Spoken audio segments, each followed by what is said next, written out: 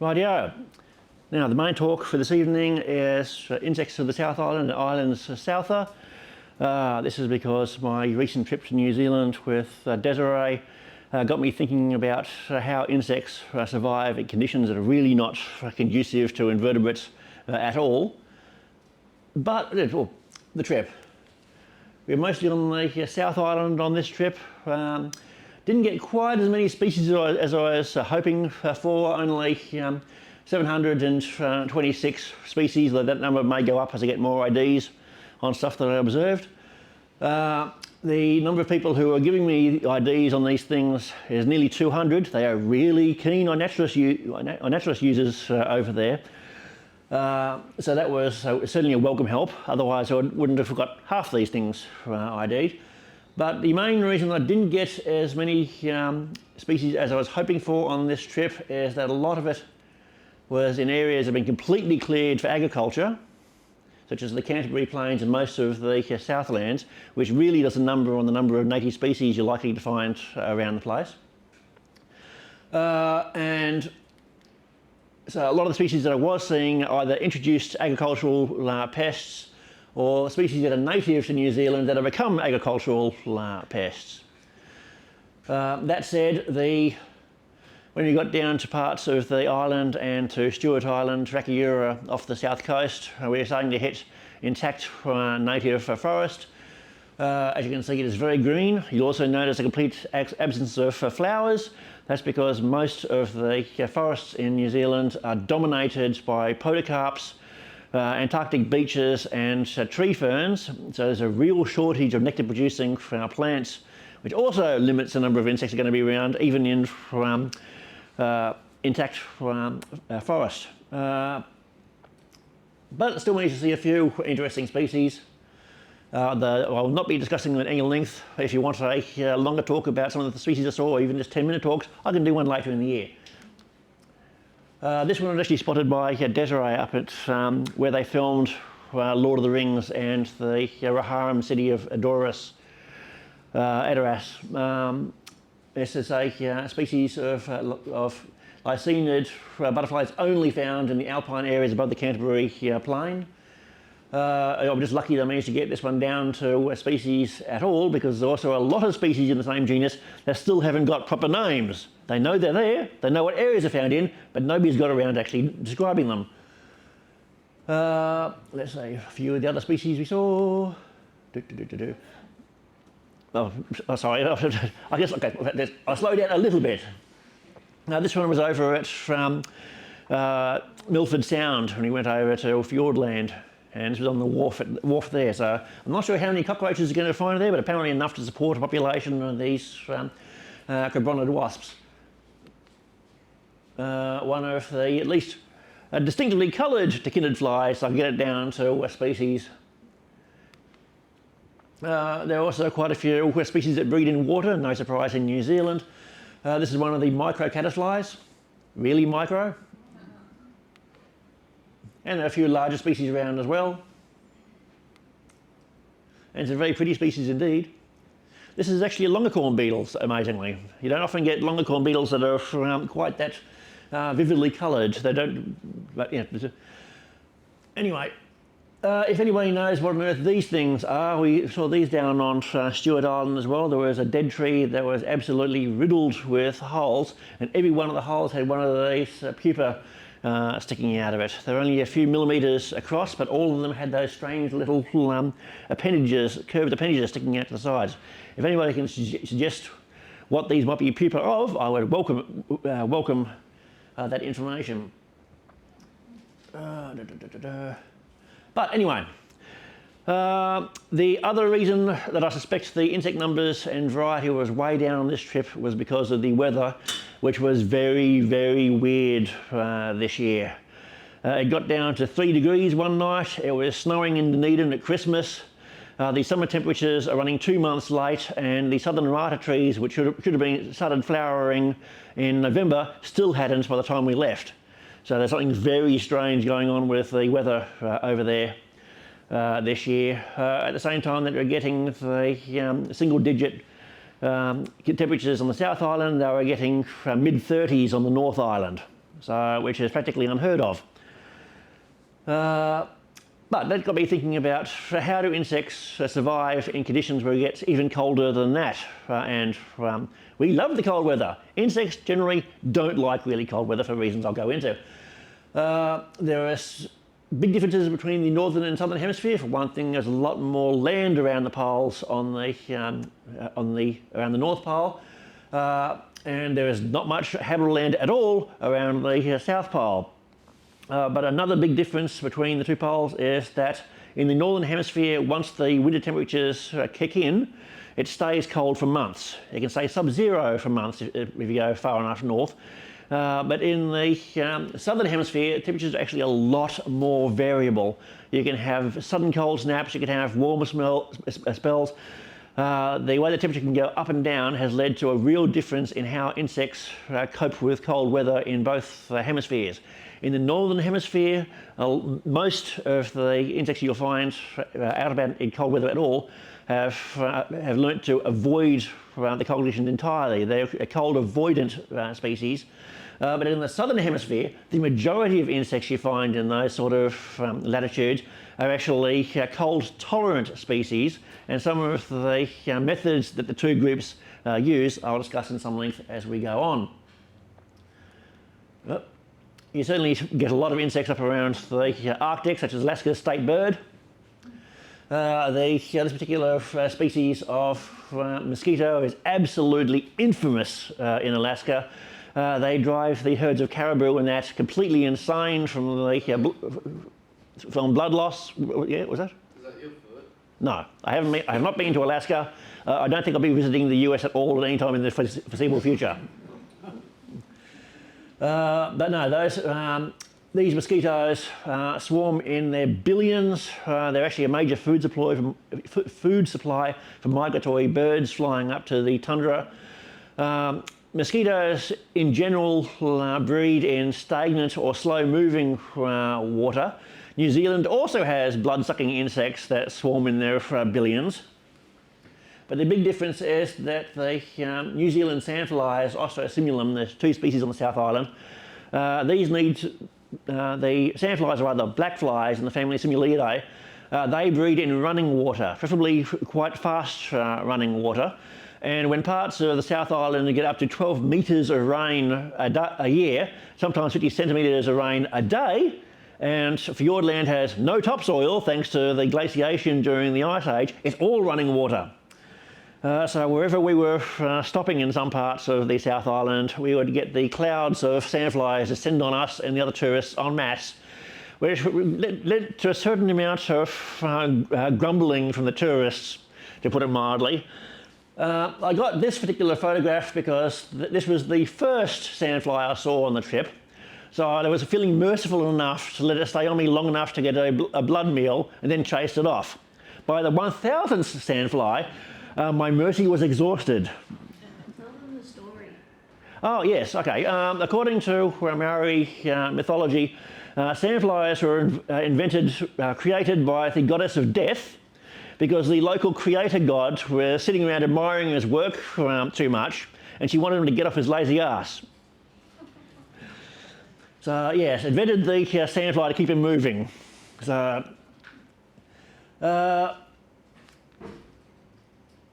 right, but yes, northern hemisphere again, there are certainly insects that are out and about even when the landscape is buried in snow. One of these species is a so-called sand flea. It's actually a scorpion fly. These particular scorpion flies are wingless. There are a couple of possible reasons for that, but the main reason in the northern hemisphere at least is because trying to summon up the energy to actually fly takes a lot of calories and so forth. In winter that can be quite difficult. There's less food around. The muscles aren't necessarily going to be working as effectively, so a lot of the winter active insects are wingless. You'll see why that's even more important in the southern hemisphere when we get to it. These guys have an antifreeze in their blood. It's a sufficiently strong, well, they're hemolymph. The antifreeze is strong enough that even when the insect is encased in solid ice, thanks to freezing rain, when the ice melts, they're off again.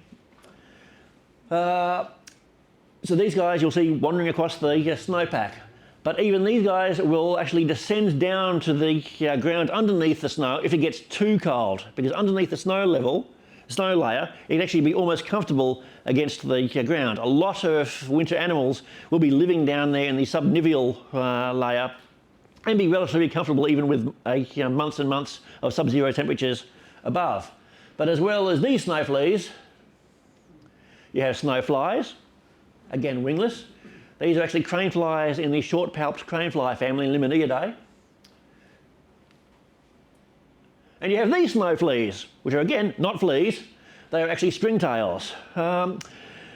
One of the reasons that some of these insects are actually out and about in winter is because there's fewer predators about, but for some of them it's more important that with a nice crisp snow pack, there's no obstacles for their migration. So these particular stringtails migrate in their millions. You'll get literal piles of these these stringtails piling up to find mates, migrating long distance across the snowpack because they don't need to keep going around grass or undergrowth because they've got nice, crisp, clear snow to hop across. However, they're not completely carefree because there are some predators that will be out in the snow looking for them.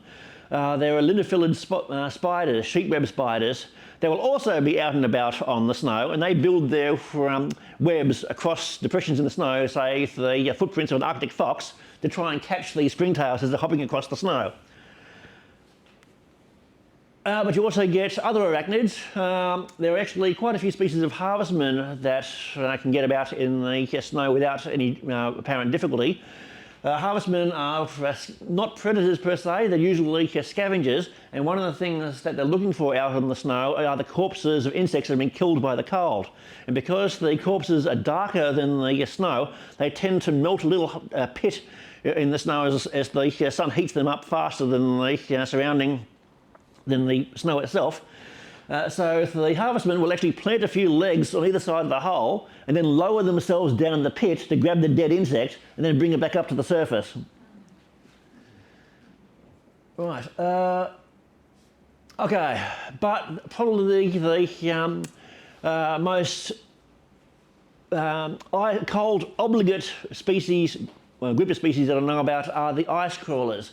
The ice crawlers in the order Gliroblattidea, there are only 28 living species. Some of them are only known from a single specimen that's been collected, and these guys are only found around permanent snowfields, glaciers, and in really cold caves. They are scavengers. They are out there looking for dead insects on the snow usually. If they can't find any dead insects to eat, they'll resort to feeding on vegetation.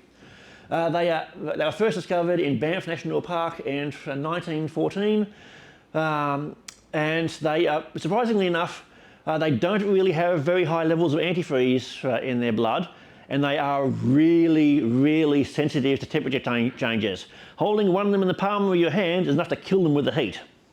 They have a temperature range they can live in of about 14 degrees. If it gets above, the best known species, if it gets above 9 degrees, they'll die. So, they used to, the Gliroblattidea used to be much, much more common in the fossil record. Before the beetles evolved, these guys are actually one of the major insect orders that were around. But once the beetles appeared and started to diversify, they vanished entirely from the fossil record, apparently because they moved up to live around the glaciers and snowfields. So,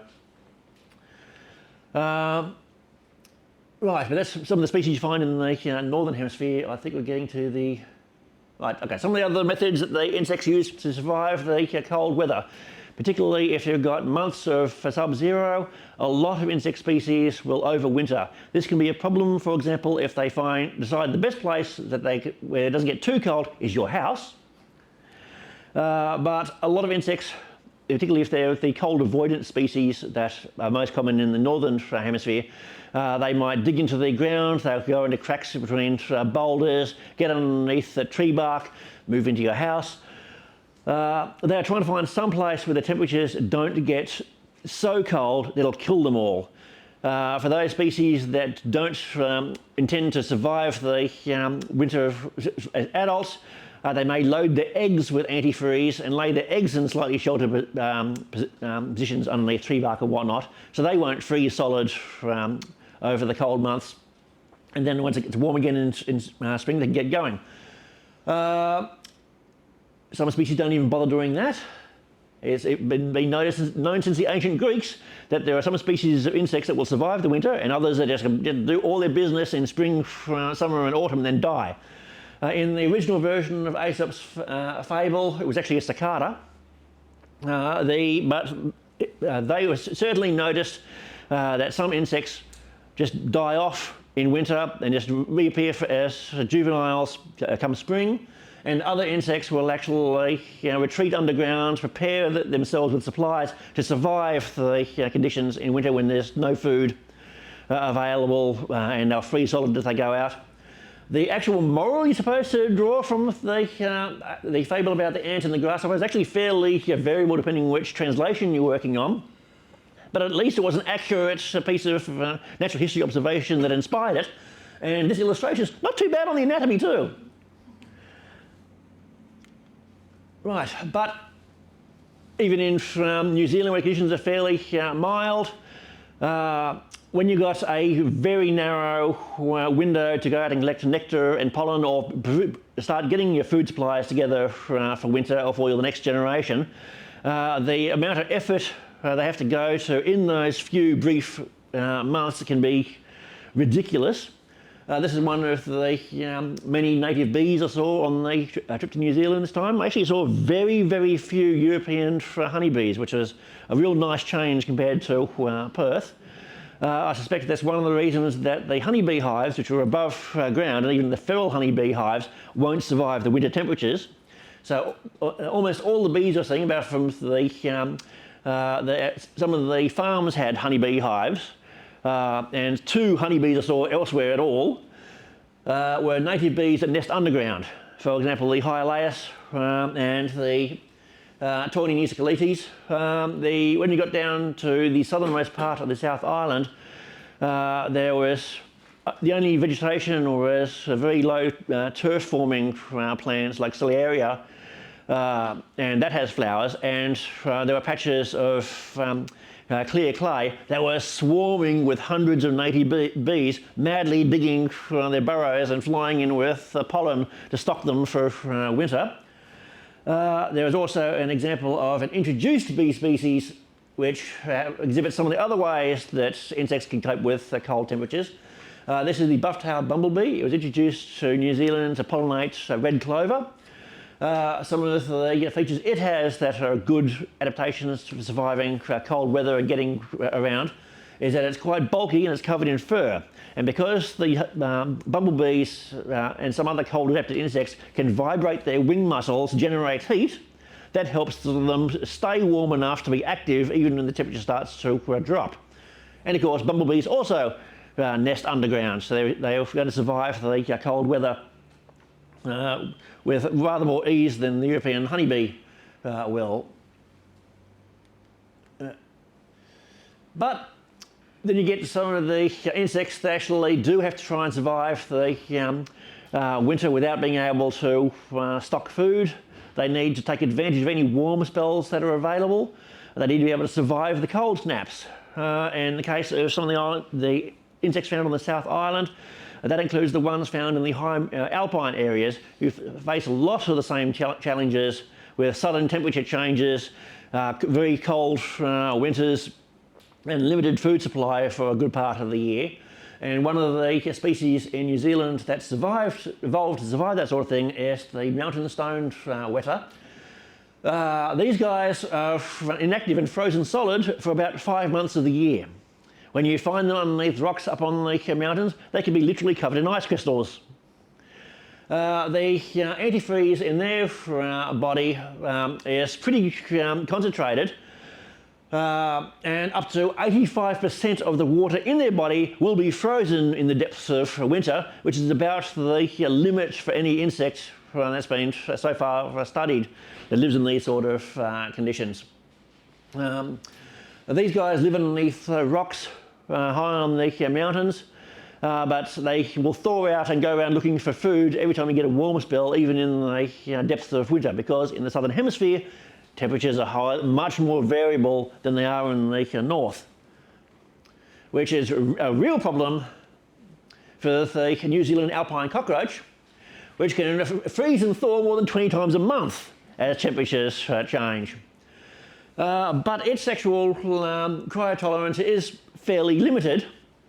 The body water will freeze between -4 and -3 degrees or thereabouts. That's one of the ways that cold-tolerant insects can actually survive those conditions, because some of the additives in their blood stop the water from actually freezing until you're actually well below zero.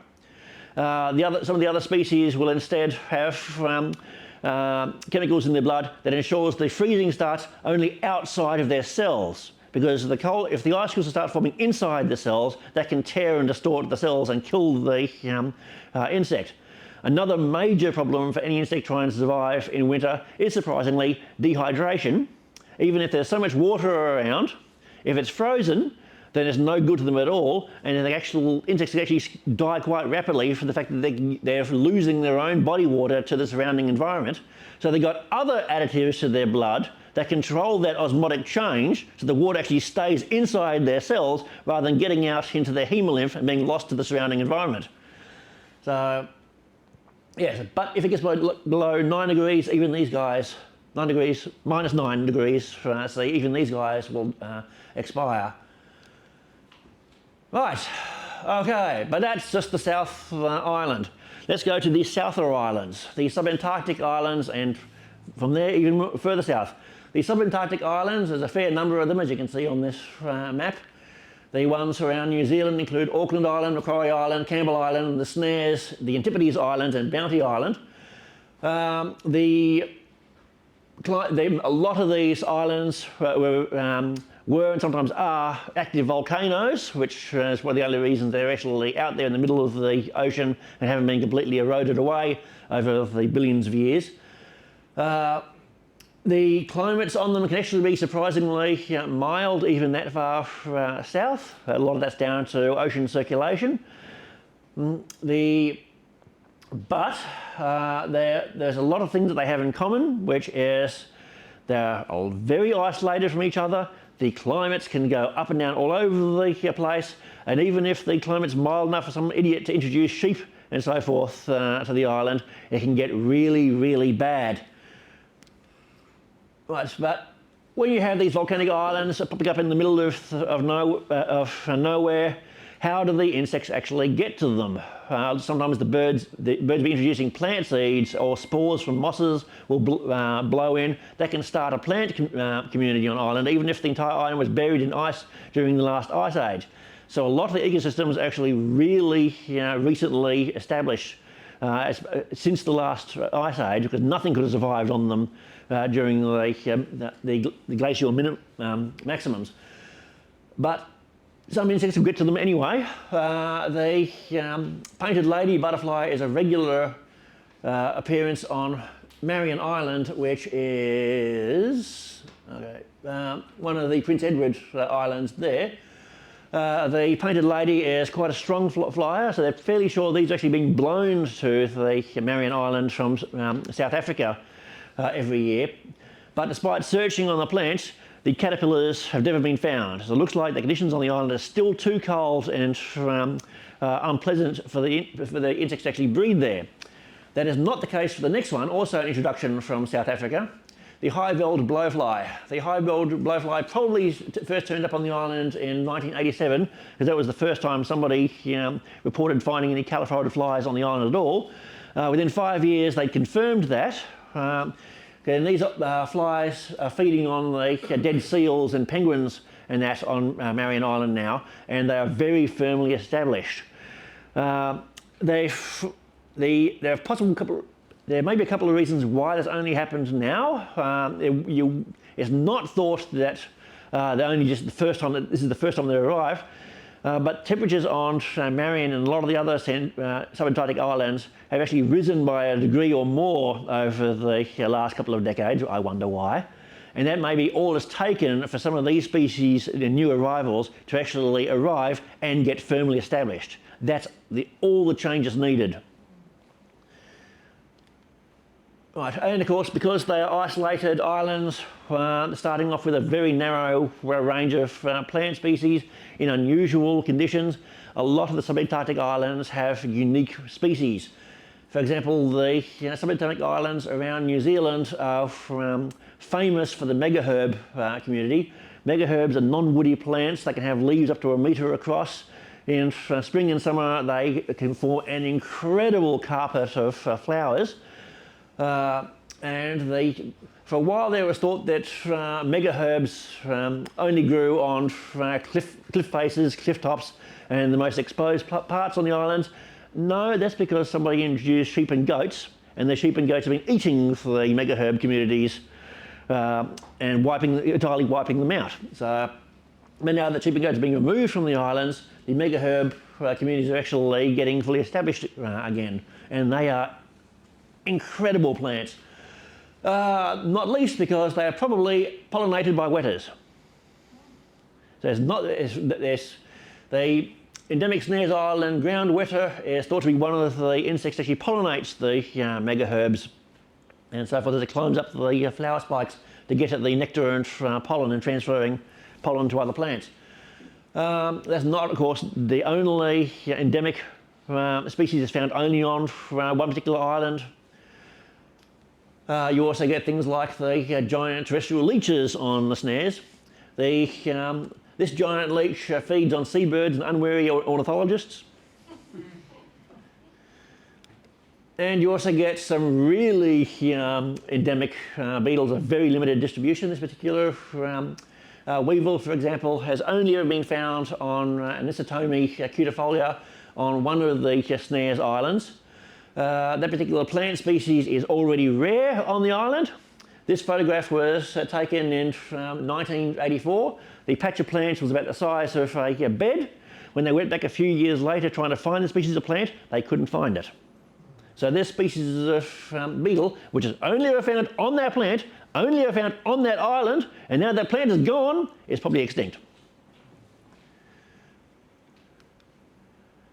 And of course you have other plants that are evolved on the other subantarctic islands. For example, the Kerguelen cabbage, Pringlia antiscorbutica. If you know your Greek and Latin, you probably guess that that was actually collected as a scurvy treatment.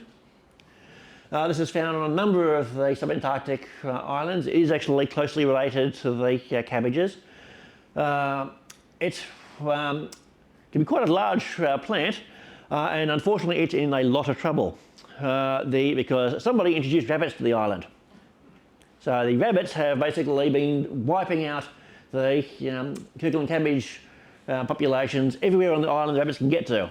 This is bad because this particular fly only is found on Kerguelen cabbage, where the larvae actually breed in little pockets of water that build up on around the bases of the leaves. So as the Kerguelen cabbage is being wiped out, so is this particular wingless fly. You'll see other wingless flies that come up. Yes, the conditions on some of these islands are very unusual compared to other parts of the world. Not only is the temperatures frequently sub-zero, you also have a lot of salt in the soil blown up from the storms coming across the coast. And because the amount of rain they're getting, the soils are often also very waterlogged year-round. Not only that, you've got the volcanic rock, and you've got quite often massive bird communities, so the soils are often very, very rich in nutrients, which would kill most plants trying to grow in those conditions anyway. But nonetheless, you get things like the Kerguelen cabbage, and then you get the insects only found in the Kerguelen cabbage, and then you get problems like the introduced diamondback moth. The diamondback moth, Rutella xylostella, is now the world's most widespread moth species. We're not exactly sure where it originated, but this particular species is now invading islands in the high Arctic and it's invading the subantarctic islands as well. The diamondback moth feeds on cabbages and related plants, and unfortunately that includes the Kerguelen cabbage. So yeah, it's another threat to the species. We do actually get this species in Australia. We also get another species that's nearly indistinguishable by photos. So in Australia, if you find a diamondback moth, you can't tell whether it's this species or the Australian species without dissecting it and looking at it as a genitalia under a microscope. So, okay, so that's introduced pests from other parts of the world. The rabbits are certainly going a long way. The moths showed up by themselves. But this particular species of ground beetle was actually introduced from the Falklands to Kerguelen Island. And this particular species of ground beetle is, like most of the ground beetles, an absolutely voracious predator. It's hunting the larvae of the flightless flies. So there's another threat to the ongoing existence of the species there, introduced from another subantarctic island. So because the Antarctic islands are often working from a very small range of species, and because they've got very extreme climates, and the climates are changing, they are very, very vulnerable to any introduced species that can survive there, and it's getting easier and easier for introduced species to survive there as temperatures go up. So yes, this is another one that's endangered thanks to the introduced beetle. Again, it's flightless. One of the reasons that a lot of insects in the subantarctic islands are wingless is that if they had wings, where would they go? The nearest next island might be 800 kilometres away. So being blown away could be a death sentence. And as with the wingless species of the Arctic, trying to operate wings when you're in cold weather can be a massive drain on your energy reserves. So a lot of the insects that live on the subantarctic islands are now entirely wingless, or just still have tiny wings but can't fly. Rightio, there's another one. Right, this is another example of how badly wrong it goes when insects get transferred around. This particular species of flightless midge was native to South Georgia, which is there. It then accidentally moved down to Sydney Island in the South Orkneys. Oops. Oh dear. Okay, well, that'll go away again. Accidentally introduced to Sydney Island in the 1960s as part of an experiment on the vegetation. And the population of this particular midge can now be 20,000 individuals per square metre. They are making a bit of a difference to nutrient cycling on the island, to put it mildly. So that's one of the reasons that tourists who are going down to Antarctica have to either get entirely clean boots and gear on, and scrub their equipment thoroughly when they're going on and off the land, because of the risk of introducing any species to a very fragile and vulnerable environment. Right, okay, a bit more focus on one particular island group, in this case the Crozet Islands. The average temperature at sea level in the Crozet is 5 degrees C. This drops by a degree every 100 metres you go up. So by the time you're 500 metres above sea level, the average temperature is 0. Wind temperatures at the Crozets vary between 35 kilometres per hour to 150 kilometres per hour. That's where they are.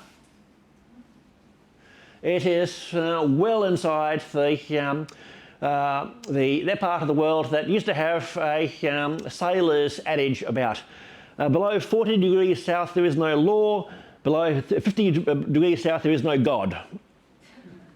So, right, there are a lot of marine, seabirds and marine mammals on the island. They bring a lot of guano to the island, which can raise the nutrient levels to really high around their rookeries. You also, of course, get them dying and then becoming a food supply for scavenging insects such as blowflies, if they get introduced. There are, I think there's something like 50 million penguins living on the Crozets, I think was the stats last time I looked. There are only 2 species of terrestrial birds on the islands. There are no terrestrial mammals, no reptiles or amphibians. There are, of course, insects. These are some of them. Terrestrial invertebrates on the Crozets is about 200 species. That is tiny compared for the size of the landmass. But as I've said, the subantarctic islands are working from whatever species of managed to turn up there over the last 100,000 years. And the ones that can actually survive there is an even narrower number. Even if they do start to evolve off in their own directions, they're really starting off from a small selection.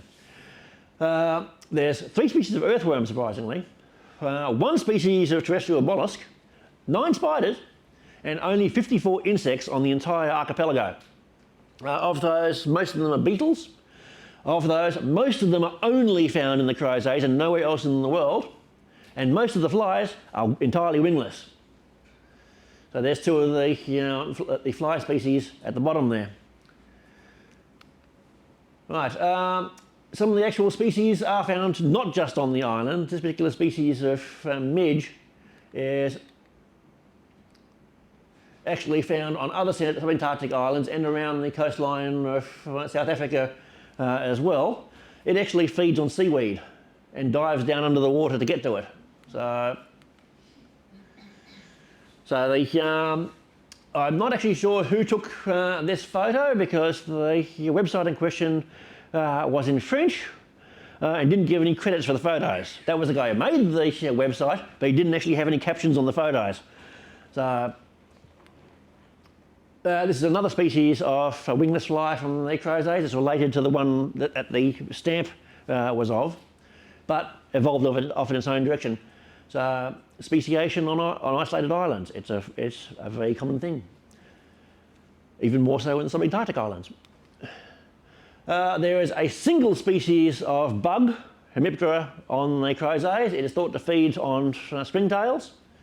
And there's a single species of wasp on the Crozets. It is a parasitoid of flies.